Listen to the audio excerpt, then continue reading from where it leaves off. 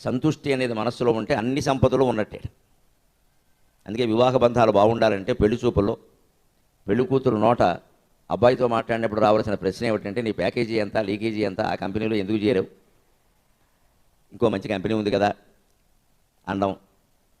ఇవి కాదు ప్రశ్నలు. నీకు సంతృప్తి ఉందా, మీకున్న దాంతో మీరు సంతృప్తిగా ఉండగలరా అని పెళ్లి కూతురు అడగాలి స్వయంగా. ఆ సంతృప్తిగా ఉండగలను అంటేనే వాడితో కాపురం బావుడు.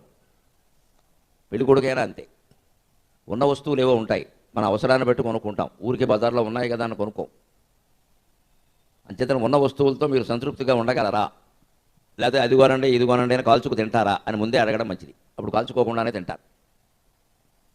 ఇవేవీ లేకుండా ఇప్పుడు మన ఊరికే ఎంతసేపు ఏమిటంటే డబ్బులు డబ్బులు డబ్బులు. వాడికి ఎంత ఆస్తి ఉంది, ఆస్తి ఉన్నా సరే మళ్ళీ ఉద్యోగం ఉండాలి. మగపిల్లల తల్లుల కోరికలు కూడా విచిత్రంగా ఉన్నాయి. ఇదివరకు ఉద్యోగం చేస్తే ఒప్పుకునేవాడు కాదు అత్తగారు ఎవరు, ఇంట్లో పని చేయాలనేవాడు. ఇప్పుడు అలా కాదు, శుభ్రంగా కోళ్ళు సంపాదించాలి, కానీ చెప్పిన మాట వినాలి. అంత సంపాదించేవాళ్ళు ఎవరు వినరు, లెక్కది.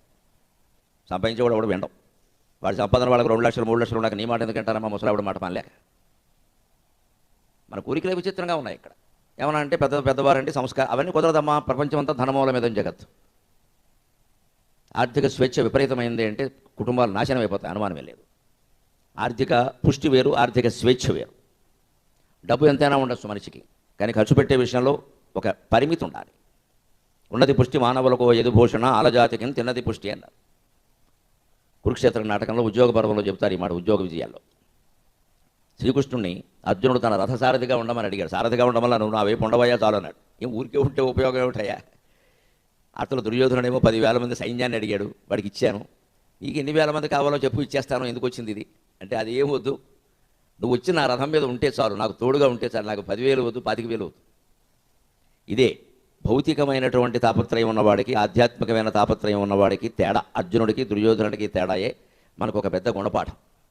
దుర్యోధనుడు కోరుకో అని అర్జునుడిని అడుగుతుంటే, కృష్ణుడు ఎక్కడ సైన్యాన్ని కోరుకుంటాడో అని భయపడిపోయాడు పిచ్చి వెధవ. కృష్ణుడిని కోరుకోకుండా సైన్యాన్ని కోరుకుంటాడేమో 10,000 మంది అడిపోతారు, ఈ గోపాలుడు ఒక్కడో వచ్చి నా దగ్గర ఉంటే ఉపయోగం ఉంటే, పైగా నేనేమో ఆయుధం పట్టుకోని అంటాడు, యుద్ధం చేయనంటాడు.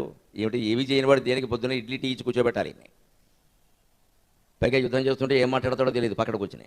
కర్ణుడిని శల్యుడు నిరుత్సాహపరిస్తే వేసిన అస్త్రాలన్నీ పాడైపోతాయి. ఎందుకు వచ్చింది ఇది అంచేది, కోరుట బాలుని గొప్ప ముందుగానే, నాకంటే చిన్నవాడు కాబట్టి అర్జునుడిని కోరుకోమన్నారు. అర్జునుడు కానీ కొంపదీసి 10,000 మంది సైనికులను కోరుకుంటాడేమో అని మనసులో దుర్యోధనుడు కాశీ నుంచి కన్యాకుమారి వరకు అన్ని పుణ్యక్షేత్రాలకి మొక్కేశాడు. వీడు కోరుకోవద్దు సైన్యాన్ని కోరుకోవాలని. ఆయన పాపం కృష్ణుడినే కోరుకున్నాడు. సైన్యాన్ని కోరుకుంటాను, కృష్ణుడిని కోరుకుంటే ఆయనకే నష్టం అవుతుంది అనుకున్నాడు. కానీ ఎవరు గెలిచారో అందరికీ తెలుసు.